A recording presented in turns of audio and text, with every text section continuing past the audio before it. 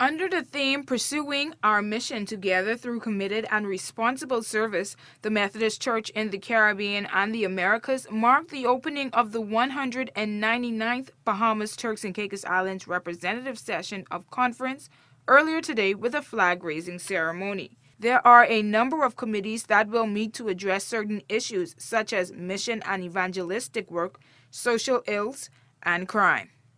Crime has been a very important topic, both within the Turks and Caicos and within the Bahamas. And so the crime rate has been extremely high in both countries of late. And so we are seeking to address the matter, seeking to challenge the governments, and also to partner with other churches and other social organizations to see how best we can assist in a reduction of crime. We have in the Bahamas similar problems as you do have in the Turks and Caicos Islands.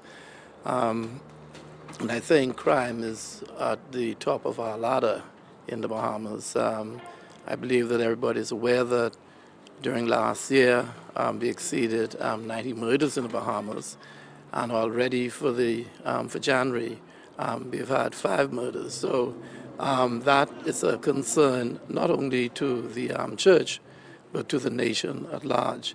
And so we're hoping that we will be inspired by what transpires in the conference to go back to our home churches and to re-energize our people, to spread the word that despite all the human problems that we're having, that God is still in charge. Bishop Brown added that education will also be a focal point for the conference. There is also the Christian Education Committee, which addresses the Christian education of the church, men's work, women's work, youth work, children's work, and the communication, literature, all that sort of stuff. And then there's also the General Education Committee, which looks after and supervises, as it were, the Methodist schools within the Bahamas and the Turks and Caicos Islands. There is also the Resource and Development Committee, which speaks to the resources of the church, whether it's financial or human resources, how we can develop those resources and use those resources to drive the mission of the church and Christian education and general education. The conference will also feature morning services throughout the week by each of the circuits. The Welcome and Communion service is set for tonight. On Tuesday night, evangelistic services will continue with Mark Christmas. On Thursday, they will take services to the Five Keys community with Reverend Theophilus Roll and a prayer breakfast on Saturday morning. Services will climax on Sunday morning at 10 a.m. However, Bishop Brown says they have a special event planned for Saturday. We're going to be having a volleyball match. And this is a volleyball match between the ministers of the conference and the young people from Providenciales.